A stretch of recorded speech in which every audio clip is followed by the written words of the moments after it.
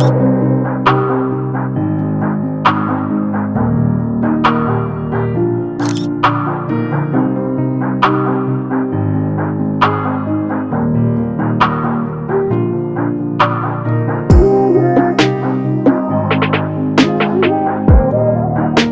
viewers, welcome back to our channel Triolic. So இன்றைக்கி பார்த்தீங்கன்னா Sony ZV-10 கேமராவை நம்ம வந்து யூஸ் பண்ணியிருக்கோம். ஸோ பிகினராக உங்களுக்கு ரொம்பவே யூஸ்ஃபுல்லாக இருக்கும். ஸோ இந்த கேமரா வந்து பார்த்திங்கன்னா ஒரு vlogger கேமரா, இது ஒரு entry level camera. So video skip பண்ணாமல் முழுசாக பாருங்கள். வாங்க வீடியோக்குள்ளே போகலாம். நார்மல் கிட் லென்ஸை வச்சு என்னென்னலாம் ட்ரை பண்ண முடியுமோ என் சைட்லேருந்து ட்ரை பண்ணியிருக்கேன். ஸோ இதில் என்ன சென்சார் யூஸ் பண்ணியிருக்காங்க பார்த்தீங்கன்னா 24 mega pixel CMOS sensor use பண்ணியிருக்காங்க. ஸோ இது பார்த்தீங்கன்னா ஒரு மிரர்லெஸ் கேமரா. அதிகபட்சமாக 4K 30 FPS எடுக்க முடியும். ஸோ நீங்கள் தனியாக மைக் வாங்கணும்னு கூட அவசியம் கிடையாது. இதையே பார்த்தீங்கன்னா இன்பில்ட்டாக மைக் கொடுத்துருக்காங்க. ஸோ அது பார்த்தீங்கன்னா 3 கேப்சூல் மைக்குன்னு சொல்கிறாங்க. ஸோ டெட் கேட்டும் இருக்குது. ஸோ இப்போ நம்ம வந்து என்னென்ன செட்டிங்ஸ் இருக்குது, என்னென்ன ஃபீச்சர்ஸ் இருக்குதுன்னு சொல்லிட்டு பார்க்கலாம். ஸோ மேலே பார்த்தீங்கன்னா பவர் ஆன் ஆஃப் கொடுத்துருக்காங்க. ஸோ ஃபஸ்ட்டு நம்ம வந்து ஷட்டர் பட்டன் பார்க்கலாம். ஸோ அதிலே பார்த்தீங்கன்னா ஜூம் இன் ஜூம் அவுட் இருக்குது. ஸோ இது வந்து பார்த்தீங்கன்னா டீஃபோக்கஸ் பட்டன் பொக்கே மோடுக்காக. ஸோ இது பார்த்தீங்கன்னா வீடியோ ஆன் ஆஃப் ரெக்கார்ட் பண்ணுறதுக்காக. ஸோ இது வந்து பார்த்தீங்கன்னா மோட் செட்டப் பண்ணுறதுக்கு. ஸோ ஒரு ப்ளஸ்லேயும் ஒரு மோட் சேஞ்ச் ஆகிட்டே இருக்கும். வீடியோ, ஃபோட்டோகிராஃபி, SNQனா ஸ்லோ மோட் ஹைப்பர் லேப்ஸ். இது வந்து பார்த்தீங்கன்னா ஒரு TFT டிஸ்பிளே.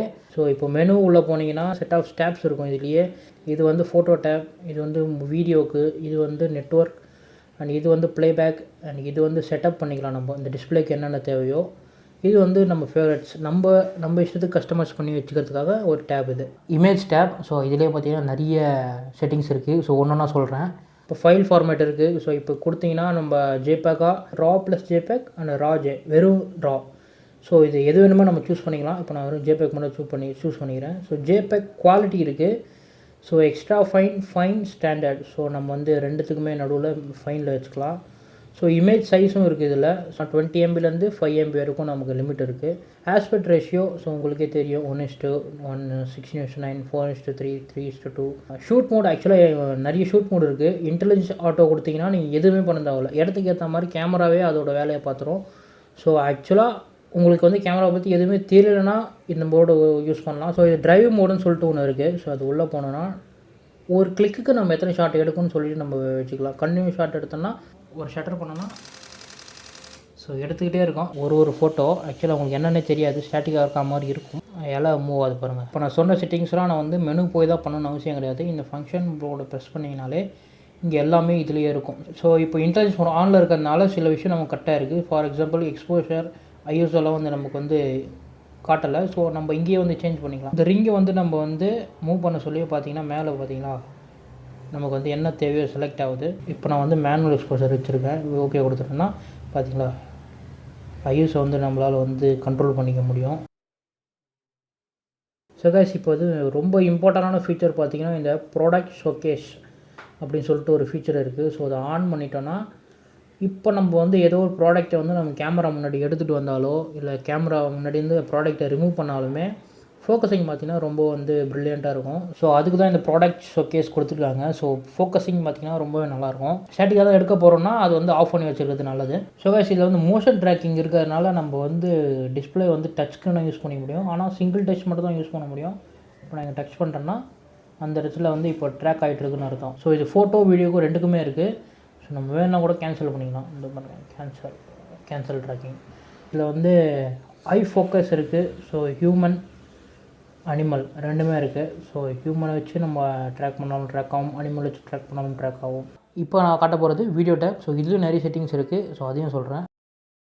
ஷூட் மோட் நான் முன்னாடி சொன்ன மாதிரி இன்டெலிஜென்ஸ் மோட் வீடியோக்கும் இருக்குது. ஸோ வீடியோக்கும் ஏற்ற மாதிரி அதுவே எல்லாமே பண்ணிக்கும். ஸோ அதுவும் இருக்குது, செக் பண்ணி பாருங்கள்.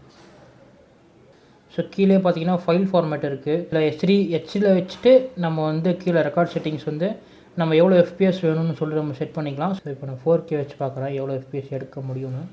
ஸோ 4Kல 25 FPS தான் எடுக்க முடியும். நமக்கு வந்து HDயில் பார்த்தீங்கன்னா 100 FPS வரைக்கும் எடுக்க முடியும். ஸ்டெடி ஸ்டார்ட்லாம் இருக்குது. ஸோ ஆக்டிவில் இருந்ததுன்னா ஆக்சுவலாக ஸ்டெடி ஆகும், ஆனால் லைட்டாக க்ராப் ஆகும். ஸோ கைஸ் இதில் வந்து ஆடியோ ரெக்கார்ட் லெவல்னு சொல்லிட்டு ஒன்று இருக்குது. ஸோ அது உள்ளே போனீங்கன்னா ஸோ இதில் வந்து ஒரு க்ரீன் கலரில் ஒரு இண்டிகேட்டர் மாதிரி போயிட்டுருக்கு பாருங்கள். ஸோ அது வந்து ஃபுல்லாக வந்து இப்போ நம்ம வந்து டெசிபிள் பாயிண்ட் வந்து ஃபுல்லாக வைக்கிறேன். ஸோ அப்போது வந்து ஆடியோ வந்து இந்த ரெட்டில் போய் இடிக்கக்கூடாது. ஸோ இப்போ இது இடிச்சதுன்னா என்ன ஆகும்னு கேட்டிங்கன்னா, நமக்கு வந்து ஆடியோ வந்து இறைய ஆரம்பிச்சிடும். ஸோ இது நம்ம ரீசெட் கொடுத்தோம்னா ஏற்ற மாதிரி அதுவே வந்து ஆடியோ லெவல் வந்து மாற்றிக்குது. ஸோ இதையும் வந்து செக் பண்ணிக்கோங்க ரெக்கார்ட் பண்ண சொல்லும். ஸோ கனெக்டிவிட்டி, ஸோ இதுலேயும் வந்து நிறைய விஷயம் இருக்குது. எப்படி கனெக்டிவிட்டி பண்ணுறதும் இருக்குது. ஸோ இன்பில்ட்டாக ப்ளூடூத் ஒய்ஃபை இருக்குது இந்த கேமராவில். ஸோ ஃபோன் டு கேமராவும் நம்ம அப்படி கனெக்ட் பண்ணிக்கலாம். சோனியோடைய இமேஜின் எட்ஜ் அப்படின்ற ஒரு அப்ளிகேஷனை நம்ம டவுன்லோட் பண்ணிவிட்டு இதில் ஒரு கியூஆர் கோட் ஜென்ரேட் ஆகும். ஸோ அதை ஸ்கேன் பண்ணிங்கன்னா ஃபோட்டோஸ் வந்து ஈஸியாக ஷேர் பண்ணிக்க முடியும். ஸோ செட்டப் டேப், ஸோ இதில் பார்த்தீங்கன்னா மானிட்டருக்கு என்னென்ன தேவை, பிரைட்னஸ், வால்யூம் செட்டிங்ஸ், ஸோ அதெல்லாம் வந்து நம்ம இதில் கண்ட்ரோல் பண்ணிக்கலாம். சொல்கிறேன் நான். ஸோ பிரைட்னஸ் வந்து இப்போ நான் மேனுவல் வச்சு பார்த்தீங்கன்னா பிரைட்னஸ் கம்மியாகிடுச்சு. ஸோ அதில் நம்ம வந்து பிரைட்னஸ் வந்து அதிகம் கம்மி பண்ணிக்கலாம். இப்போ நான் வந்து சன்னி எதர்னு இருக்குது அது கொடுத்தோன்னா ரொம்ப இதில் வந்து ஃபுல் பிரைட்னஸ் அதுவே இதுவாகிடும். நம்ம எதுவும் அட்ஜஸ்ட் பண்ண முடியாது. ஸோ கடைசியாக இருக்கிறது பார்த்திங்கன்னா கஸ்டமைஸ் டேப். ஸோ நம்ம வந்து என்னென்ன தேவையோ நமக்கு ஏற்ற மாதிரி கஸ்டமைஸ் பண்ணி வச்சுக்கிறதுக்கு குயிக் மெனுன்னு சொல்லிட்டு சொல்லலாம். நம்மளுடைய கஸ்டமைஸ் பண்ணிக்கலாம். ஸோ இதெல்லாம் வந்து நான் ஆட் பண்ணி வச்சுருக்கேன். ஸோ நீங்களும் கஸ்டமைஸாக என்னென்ன தேவையோ அதை மட்டும் ஆட் பண்ணி வச்சுக்கலாம். ஸோ செட்டிங்ஸ்லாம் எப்படி இருக்குதுன்னு பார்த்துருப்பீங்க.